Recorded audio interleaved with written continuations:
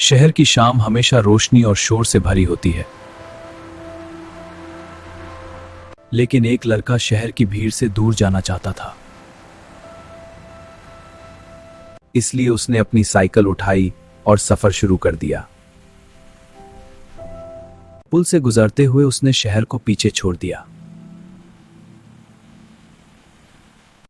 थोड़ी देर बाद शहर की बिल्डिंग्स की जगह सुनहरी खेतों ने ले ली।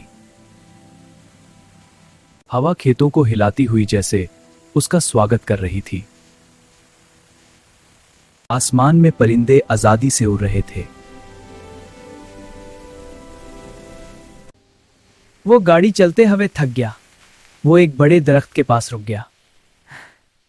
सूरज धीरे धीरे ढल रहा था और मंजर और भी खूबसूरत हो गया। उसने फिर साइकिल उठाई और सफर जारी रखा। छोटी पहाड़ी पर से पूरा मंजर एक ख्वाब जैसा लग रहा था। शाम का सुकून हर तरफ फैल गया। आसमान में सितारे चमकने लगे। शहर से शुरू हुआ सफर अब एक खूबसूरत याद बन चुका था।